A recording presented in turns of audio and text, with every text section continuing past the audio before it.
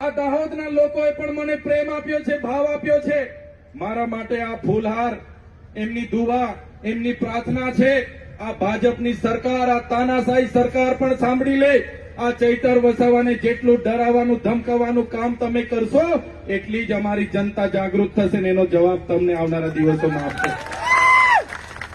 ત્યારે સાથીઓ, આ તાનાશાહી સરકાર સામે અમે અમારા પરિવારના જોખમે લડીએ છીએ.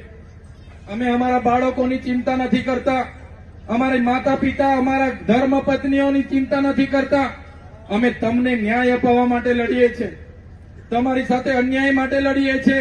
એ ચાહે કંપનીવાળા અન્યાય કરતા હોય, એ ચાહે પોલીસવાળા અન્યાય કરતા હોય, એ ચાહે જંગલ ખાતાવાળા અન્યાય કરતા હોય, કોઈ પણ લોકો અન્યાય કરતા હોય, ભાજપવાળા કરતા હોય કે કોંગ્રેસવાળા કરતા હોય, આગળ પણ તમારા ન્યાય માટે લડીએ છીએ, લડ્યા હતા, આજે પણ લડીએ છીએ અને આવનારા દિવસોમાં પણ તમારા માટે છેલ્લા શ્વાસ સુધી લડવા માટે અમે તૈયાર છીએ. પણ મારા વડીલો, તમારા આશીર્વાદ અમને હર હંમેશ જોઈશે. તમે ઘરે બેઠા અમારા માટે પ્રાર્થના કરો, દુઆ કરો, એના થકી જ અમે બોલી પાડીએ છીએ. એટલે જ અમને હિંમત છે, એટલે જ અમને તાકાત છે. બાકી આ ભાજપવાળા અમને ક્યારના પૂરા કરી દે, આ ભાજપવાળા અમારું પૂરું કરી નાખે, અમને ખોઈ નાખે. બસ તમારો આશીર્વાદ છે તો આમ આદમી પાર્ટીની ટીમ આ ચૈતર વસાવા હિંમત રાખીને લડે છે. આજે આ વ્યવસ્થા તમે જોઈ લો. આજે વ્યવસ્થામાં આજે આદિવાસી સમાજ જાગૃત થાય એ પણ આ ભાજપના નેતાઓને ગમતું નથી. ભેગો થાય એ પણ ગમતું નથી. અધિકારો માંગે એ પણ ગમતું નથી.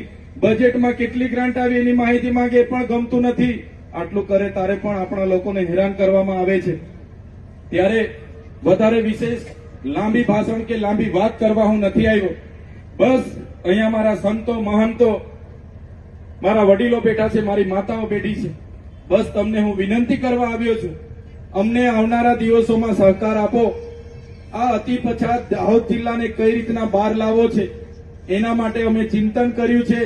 અમે બધા જ વિસ્તારોમાં ફરીને બધાના અભિપ્રાયો લીધા છે, એનાલિસિસ કર્યું છે. તમામ દાહોદ જિલ્લાના શૈક્ષણિક સંસ્થાઓ સારી રહે, આંગણવાડીઓ સારી રહે, આવનારા દિવસોમાં ખેડૂતોને પોતાના પાકના ભાવ સારા મળે, ભણેલા ગણેલા યુવાનોને રોજગારી મળે અને એ જ પ્રકારની આ દાહોદ જિલ્લાને અતિ પછાત જિલ્લામાંથી આવનારા દિવસોમાં કઈ રીતના બહાર કાઢી શકાય એ પ્રકારના અમે બધા જ ચિંતિત છે. ત્યારે વધારે વાત નથી કરતો, પણ ટૂંકમાં કેમ છું કે દાહોદ જિલ્લાને આવનારા દિવસોમાં જો આપણે બીજા જિલ્લાઓની હરોળમાં લાવવો હશે, આપણા લોકોને સ્થાનિકમાં રોજગારી મળે એવું કરવું